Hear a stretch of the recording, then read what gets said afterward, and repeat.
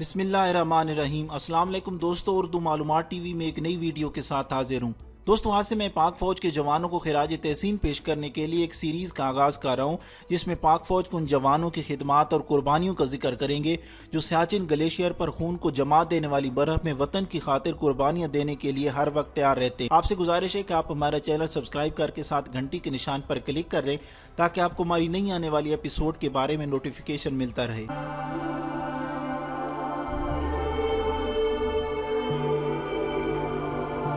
Line of control پر موجود آخری post گلتری کو برف کے تحت نظر پھیلے سلسلے نے اپنی مکمل گرفت میں لیا ہوا تھا۔ -30 ڈگری سینٹی گریڈ سردی کا تصور ہی ہڈیوں میں گودا جما دینے کے لیے کافی ہے، جبکہ انہیں اس کا گزشتہ کئی دنوں سے سامنا تھا۔ ایک پہاڑی کے دامن میں چھپی اس پاکستانی پوسٹ پر زندگی کی واحد علامت کیروسین آئل سے جلتا ہوا وہ دیا تھا جس نے اگلو میں بند ان مٹھی بھر جانثاروں کو اپنے ہونے کی ساری رات گواہی دی تھی۔ جہاں رات اور دن کی اذیت ناکیوں میں کچھ فرق نہیں تھا، سورج نکلنے کا منظر ڈوبنے سے زیادہ تکلیف دہ تھا۔ برف پر جب سورج کی کرنیں پڑتی تو آنکھیں اندھی ہونے کا احساس ہوتا تھا۔ وہ دن کے اجالے میں عموماً آنکھوں پر بڑے شیشوں کی سیاہ اینک لگا کر رکھتے تھے۔ تینوں نے نماز باجماعت ادا کی تھی اور اب اس سفر کی تیاری پر کمر باندھ رہے تھے جس کا انہیں آج رات ہی ہیڈ کوارٹر سے حکم ملا تھا۔ اس سفر کی نوعیت کیا تھی، اس کا پس منظر کیا تھا، پیش منظر کیا ہوگا، ان کے پاس کسی سوال کا جواب نہیں تھا۔ فوجی تربیت کے مطابق انہیں کسی حکم کا جواز تلاش بھی نہیں کرنا ہوتا، بس حکم پر اپنی تمام تر استعداد کے ساتھ عمل کرنا ہوتا ہے۔ یہ بھی ایسا ہی حکم تھا۔ لائن آف کنٹرول یاد کرو، دشمن کے علاقہ میں جتنی دور تک جا سکو جاؤ، 3 دن گزارنے کے بعد صورتحال کی مکمل رپورٹ دو۔ دشمن کی نقل و حرکت، موجودگی، موسمی صورتحال، جو کچھ بھی ان کے مشاہدے میں آتا وہ بیان کرنا تھا۔ 12 نادرن لائٹ انفینٹری کے کیپٹن علی، کیپٹن ندیم اور حوالدار لالک جان کے ذمہ یہ مہم آن پڑی تھی۔ گزشتہ 7 سال سے انہوں نے ڈومیل میں پڑاؤ ڈال رکھا تھا۔ 7 سال طوفان باد و باران کا سامنا کرنے کے بعد جب وہ لوگ امید کر رہے تھے کہ اب انہیں گرم میدانی علاقوں کی طرف بھیجا جائے گا، اچانک نیا حکم آ گیا کہ انہیں ڈومیل سے زیادہ ٹھنڈے اور موسمی شدائد سے گھرے گلتری کے علاقے میں جانا اور وہاں اپنی صف بندی کرنا تھی۔ فوج میں معمول کے مطابق ایسا نہیں ہوتا، لیکن یوں محسوس ہوتا تھا جیسے 12 نادرن لائٹ انفینٹری کو خصوصی صورتحال سے نمٹنے اور اس میں دھکیلنے کی مشق کی جا رہی ہے، جس کا ثبوت اچانک آنے والی یہ مہم تھی جس پر وہ روانہ ہو رہے تھے۔ کیپٹن علی نے طائرانہ نظر اپنے دونوں ساتھیوں پر ڈالی جنہوں نے اس کی تقلید میں اپنی کمر پر معمول سے زیادہ بوجھ لاد رکھا تھا۔ اس میں خیمہ، کھانے پینے کا سامان، فرسٹ ایڈ، ایمونیشن اور اچانک درپیش صورتحال سے نمٹنے کے لیے باقی سامان شامل تیار۔ علی نے کیپٹن ندیم اور حوالدار لالک جان کی طرف دیکھا، دونوں نے اسبات میں سر ہلائے اور تینوں اگلو سے باہر آ گئے۔ جہاں برفیلی موت چیختی چنگاڑتی پھر رہی تھی کہ اب کوئی کمزور شکار ملے اور وہ اس پر جھپٹے۔ ان کے لیے اس نوعیت کے موسمی شدائد گو کہ معمول کی بات تھی اور گزشتہ 7 سال تھے وہ جس طرح کے موسمی عذاب جھیلتے آ رہے تھے، اس کے بعد یہ معمول کی پریکٹس تھی۔ لیکن اس بات کا تینوں کو احساس تھا کہ وہ دشمن کے علاقے میں دور اندر تک ریکی کرنے جا رہے ہیں اور 3 دنوں میں انہیں جو بھی چیلنج درپیش ہوا اس کا سامنا انہیں خود ہی کرنا ہے۔ خود ساختہ ہی صحیح، لیکن بین الاقوامی سرحد عبور کر کے کوئی ان کی مدد کو نہیں آئے گا۔ یہ ہدایت بطور خاص کی گئی تھی کہ اپنی نقل و حرکت کو محفوظ رکھنے کے لیے وہ وائرلیس کے استعمال سے حتم الوسیع گریز کریں۔ ظاہر ہے دشمن نے جو کچھ مدت کے لیے اس علاقے سے پیچھے ہٹ گیا تھا، یہاں اپنی کمیونیکیشن کا انتہائی جدید اور حساس نظام قائم کر رکھا تھا۔ وہ کسی بھی مشتبہ حرکت پر بڑی چوکسی سے نظر رکھے ہوئے تھے۔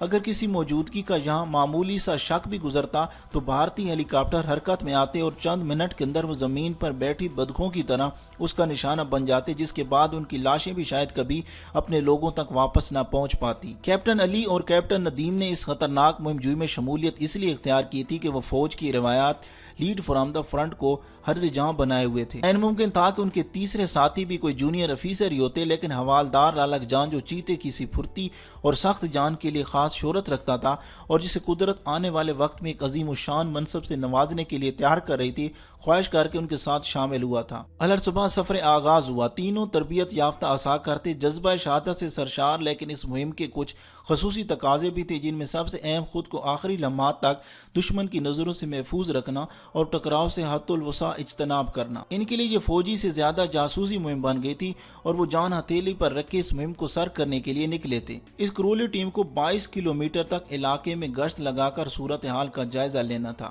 پہلے دن کے سفر کے آغاز پر وہ بہت محتاط تھے، ریڈیو انہوں نے آف کر دیا تھا اور اس بات کا مصمم ارادہ رکھتے تھے کہ بدترین حالات میں بھی ریڈیائی رابطے سے اجتناب کریں گے۔ کیپٹن علی کی قیادت میں ترتیب اور تنظیم کے مطابق موسمی عذاب کا سامنا کرتے برف کے اس جہنم زار میں تینوں سرفروش رواں دواں تھے۔ -40 سینٹی گریڈ سردی میں کہ جہاں سانس بھی نالی میں جمتا محسوس ہو رہا تھا، وہ 2-3 گھنٹے مسلسل چلتے رہے، جس کے بعد ایک سنگلاخ برف میں ڈوبی پہاڑی کے دامن میں انہوں نے اپنے حلقوم میں جمی زندگی کو حرارت دینے کے لیے چائے اور کافی کے کچھ گرم گھونٹ اونڈیلے، اپنے پاس موجود نقشے میں نشانات لگائے، ارد گرد صورتحال کا اندراج کیا اور اگلی منزل کی طرف عازم سفر ہوئے۔ احتیاط اور رازداری کو برقرار رکھنے کے لیے انہوں نے شام ڈھلنے تک اس طرح چلتے جانے کا ارادہ کیا تھا، شام ڈھلنے پر جس کا اندازہ صرف ہاتھوں پر بندی گھڑیوں سے ممکن تھا۔ انہوں نے ایک محفوظ پناہ گاہ میں اپنے کندھوں پر لدا برفانی خیمہ نصب کیا اور محفوظ خوراک کے استعمال کا ارادہ باندھا۔ رات اپنی مکمل غیر سامانیوں سمیت ان پر مسلط تھی۔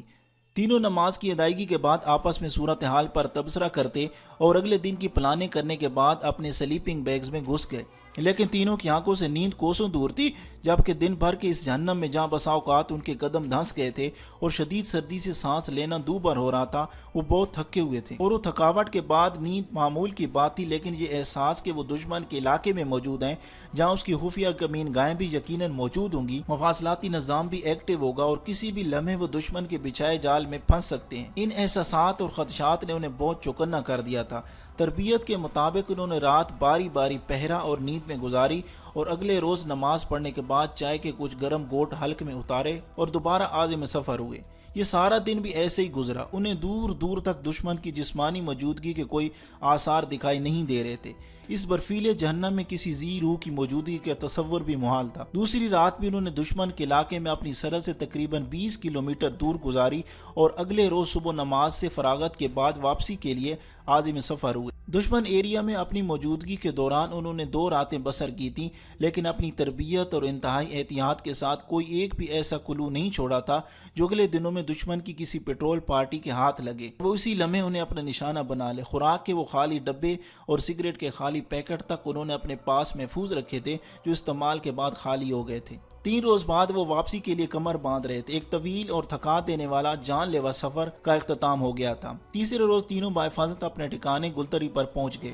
رپورٹ ہیڈ کوارٹر پیش کر دی گئی۔ اس رپورٹ میں انہوں نے ہیڈ کوارٹر کو بتایا تھا کہ سامنے حد نگاہ سے بھی آگے صرف برف ہے، کوئی درخت بھی اس برف کی شدت سے زندہ نہیں رہ سکا، علاقہ ایسا کھلا اور موسم اتنا بے رحم کہ پناہ کسی پتھر کا سایہ بھی میسر نہیں۔ موسمی شدائد یہاں کے ناقابل بیان ہے اور یہاں ایوالانچ یعنی برفانی طوفان معمول کی بات ہے۔ عین ممکن ہے کہ آپ اپنے گلو میں بظاہر محفوظ رات کو سوئیں اور صبح وہاں نہ خیمہ ہو نہ اس کے مکین۔ ایسے علاقوں میں تو پیٹرولنگ کرنے کے لیے بھی فارمیشن ہیڈ کوارٹر سے اجازت لینا پڑتی تھی۔ رپورٹ روانہ کرنے کے بعد بظاہر وہ مطمئن ہو کر بیٹھے رہے، یہاں فی الوقت صرف انتظار کرو اور دیکھو والی صورتحال ہی تھی، کیونکہ سامنے دور دور تک دشمن کا نام و نشان نہیں تھا۔ البتہ یہاں کی زمین، پہاڑ، درخت، پودے سب موسمی شدائد کے سامنے ان کی طرح بے بس تھے۔ ایوالانچ کا خطرہ ہر لمحہ دامنگیر رہتا تھا۔ کسی بھی لمحے دانی مقامی زبان میں ایوالانچ کو کہتے ہیں آتی اور برف پر موجود زندگی کی ساری علامتوں کو چند سیکنڈ میں اس طرح ملیا میٹ کرتی کہ جیسے یہاں کبھی ان کا وجود تھا ہی نہیں۔ اس لانی کا صرف ایک ہی علاج تھا اور وہ تھی آذان۔ جی ہاں، تجربے اور مشاہدے نے یہاں موجود افسروں اور جوانوں کو بتایا اور دکھایا تھا کہ جب لانی آتی تو صرف آذان کی آواز پر ہی رکتی تھی، اس کے علاوہ وہ دنیا کی کسی دھاس یا کنکریٹ سے اس کے سامنے کوئی باندھا نہیں جا سکتا تھا۔ کراولی سے واپسی پر قریباً 1 ہفتہ انہوں نے اگلے احکامات کے انتظار میں بسر کیا۔ اس دوران صرف معمول کی سرگرمیاں جاری رہیں، جن میں سب سے اہم جوانوں کو موسمی شدائد سے محفوظ رکھنے کے انتظامات تھے۔ 8ویں روز کے احکامات نے انہیں چونکا کر رکھ دیا۔ ہیڈ کوارٹر کی طرف سے ایک اور پر اسرار حکم موصول ہوا جس میں کہا گیا کہ بڑی رازداری سے 200 افراد کے لیے اسلحہ، گولہ بارود، راشن، خوراک، کیروسین آئل، خیمے غرض فوجی استعمال کی ہر شے جمع کر لی جائے۔ یہ سارا سامان بٹاکو لین میں جمع کرنے کی ہدایات موصول ہوئی تھی جو لائن آف کنٹرول پر موجود ہے۔ فوجی نقشوں میں اس جگہ کا نام پوائنٹ 121 رکھا گیا جس تک پہنچنے کے لیے کوئی ڈھنگ کا راستہ نہیں بنایا گیا تھا۔ برف کے اس جہنم زار میں جوانوں اور افسروں کو بٹاکو لین تک سامان پہنچانے کے لیے باربرداری کے فرائض بھی خود ہی ادا کرنے تھے۔ اس ہدایت اور خصوصی حکم سے پیش نظر کہ ان کی نقل و حرکت بالکل پوشیدہ ہے، وہ عموماً رات کے اندھیرے میں موو کرتے تھے۔ دن کی روشنی میں بہت کم مدت کے لیے یہ کام انجام پاتا جس میں ان کا واحد مددگار مقامی بیل نما جانور جسے زوا کہا جاتا تھا۔ زوا پہاڑی بکریوں کی طرح چٹانوں اور برف پر قدم گاڑ کر چلنے میں خصوصی مہارت رکھتا ہے، اور قدرت اس جانور کو ایک اور خاص خوبی سے نوازا ہے کہ یہ کبھی اس جگہ قدم نہیں رکھتا جہاں برف کے نیچے کوئی کھائی یا گڑھا موجود ہو، بلکہ بالکل تربیت یافتہ فوجیوں سے انداز میں جو عموماً وہ بارودی سرنگوں والے علاقے میں اپناتے ہیں اپنی منزل تک پہنچ جاتا ہے۔ وہ مقامی جانور ہونے کے ناطے سردی کو خاطر میں نہیں لاتا، رات اور دن اس کے لیے کوئی فرق نہیں رکھتے، اس لیے اسے رات کو بھی بخوبی کام میں لایا جا سکتا ہے۔ رات کو اسے باہر میدان ہی میں چھوڑ دیا جاتا ہے اور اپنے مالک کے نزدیک ہی قیام کرتا ہے۔ جان ہتھیلی پر رکھ کر بڑی رازداری سے اللہ کے شیروں نے یہ فریضہ ادا کیا۔ جن جونیئر افسروں اور جوانوں کے سادہ سے بہرہ مند ہونے کا اعزاز نصیب ہوا، ان میں میجر زکریا یوسف، میجر اسد اللہ، captain colonel Sher Khan, captain اعظم اقبال، کیپٹن علی الحسینی، کیپٹن ندیم بخش، صوبیدار شکور خان، حوالدار لالک جان، حوالدار ذوالفقار، حوالدار فقیر شاہ، حوالدار نثار، نائک عبدالقادر، نائک عباس اور دیگر شامل تھے۔ یہ عشق بلا خیز وہ قافلہ جاں فشاں تھا جس نے برف کے جہنم زار میں کئی فٹ اونچائی پر اپنے عزم لازوال سے راستے تراشے۔ ان جاں بازوں نے اپنے جذبہ حریت سے پہاڑیوں کی چوٹیوں کو زیر کیا اور ان کے ناقابل تسخیر ہونے کا بھرم توڑ ڈالا۔ 1 جنوری 1999 کو اس مہم کا باقاعدہ آغاز ہوا، جس کے متعلق ان جیالوں کو قطعاً کچھ نہیں بتایا گیا تھا، نہ ان کی جونیئر قیادت کو اعتماد میں لیا گیا، نہ ہی وہ ابھی تک یہ جان پائے تھے کہ اس صحیح مسلسل کا حاصل کیا ہے اور انہیں اس برفیلی آگ میں کیوں دھکیلا جا رہا ہے۔ میجر زکریا یوسف نے سب سے پہلے جہاں زکریا بیس قائم کیا، جس نے بعد میں اس معرکہ جان لیوا میں اہم کردار ادا کیا۔ جیسے ہی ذخیرہ اندوزی کا کام مکمل ہوا، سٹینڈ بائی احکامات جاری ہو گئے۔ کیوں؟ اس سوال کا جواب کسی کے پاس نہیں تھا۔ اچانک MI-17 ہیلی کاپٹروں کی آمد ہوئی اور انہیں پلدرم بیس میں زکریا پوسٹ تک، جسے پوائنٹ 122 کا نام دیا گیا، پہنچا دیا گیا۔